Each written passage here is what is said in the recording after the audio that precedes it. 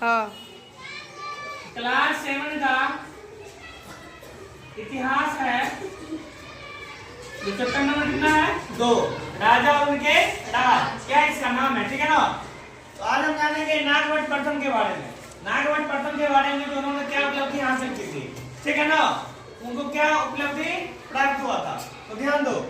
संस्कृत में लिखी गई ग्वालियर, जो कि कहाँ पे है? मध्य प्रदेश में। राजधानी इसका भोपाल। भोपाल में पाई गई प्रशस्ति में प्रतिहार नरेश के बारे में क्या किया गया है? जिक्र किया गया है, उनके कार्यों का वर्णन किया गया है। और दूसरे प्रतिहार नरेश यानी राजा कौन थे? नागवट प्रथम। ध्यान रखना बात को।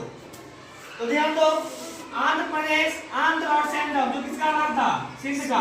विदर्भ किसका भाग है? महाराष्ट्र का हिस्सा है। और कलिंग जो है उड़ीसा का हिस्सा है। ये राजा उनके आगे सभी क्या हुए थे? धराशायी हो गए थे। जब उनसे युद्ध किया गया था तो इनमें क्या हुआ था? इनको विजय प्राप्त हुआ था, है ना। धराशायी होने का मतलब क्या है? सामने वाले राजा को पराजित कर देना, है ना। तो ध्यान रखना है। उसके बाद ध्यान दो, जब ये राजकुमार थे तो ध्यान दो, उन्होंने कनौज के शासक चक्रयुद्ध को क्या किया था?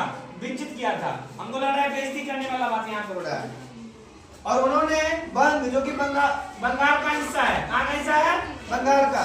अनर्थ है, कहाँ का हिस्सा है? गुजरात का। गुजरात का राजधानी कहाँ पे है? गांधीनगर। और कनौज हो गया, चलो ठीक है। अब ध्यान देना है, मालवा किसका भाग है? मध्य प्रदेश का। और किरात किसका भाग है? बनवासी का। और तुर्क किसका भाग है? तुर्क का। ध्यान देना यहाँ पे। उसके बाद जानेंगे नागवट प्रथम के बारे में कुछ पॉइंट्स, ध्यान दो थोड़ा। नागवट प्रथम जो थे गुर्जर प्रतिहार वंश के राजा थे और इन्होंने अरब मुस्लिम आक्रमणकारियों को भारत में घुसने से क्या किया था? उनको रोक दिया था, उनको मना कर दिया था, है ना। घुसने से रोकने का कार्य किया था। और सिंध के राजा को अपने अधीन करने में क्या हुए थे? वो अपने आप को सफल कर लिए थे, यानी सिंध के राजा को अपने अंदर कंट्रोल कर लिए थे। इतना बात जाने किनके बारे में? नागवट प्रथम के बारे में। सभी को अच्छा से याद कर लेना, ठीक है। चलो।